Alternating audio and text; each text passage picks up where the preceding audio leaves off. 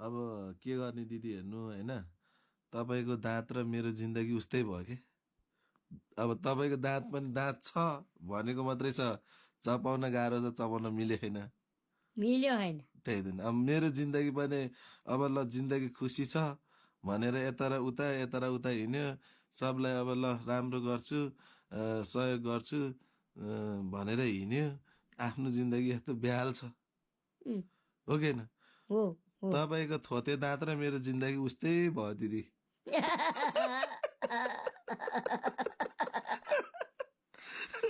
अब गएर भैँसी चोख्याएर अनि खाएर गए हुँदैन।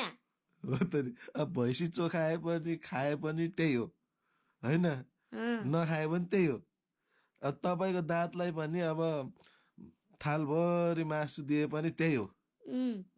आत्माले खान्छ, दाँतले हान्दैन। हान्दैन आज हान्दैन, भोलि हान्न आयो, भोलि हान्छ, भोलि सन्चौसी हान्छ। सन्चौसी त हान्छ त नि। मेरो जिन्दगी पनि त्यस्तै हो दिदी। अब कुनै दिन यसो जिन्दगीले पल्टो फेरिदियो भने भैँसीले के अरे भैँसीले दाँतले मासु हाने जस्तो होला दिदी। न त गाह्रो छ, जानुपर्छ दिदी म त। के को जानु पर्यो त नि? अब यी बुढा यी मुन्चे त जानुपर्छ दिदी, जानुपर्छ। हेर्दा हेर्दै अब बुढेसकाल लाग्न लाग्यो हेर्नु है।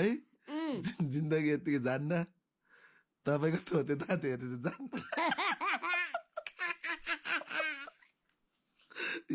यो थोते दाँत हेरेर जान्न दिदी, हो कि ल भन्नु त। अब घर जान पर्छ।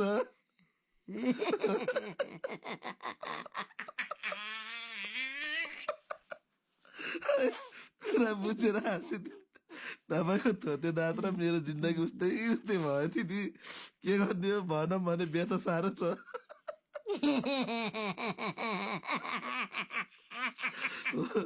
भनौँ भने बेथा साह्रो छ।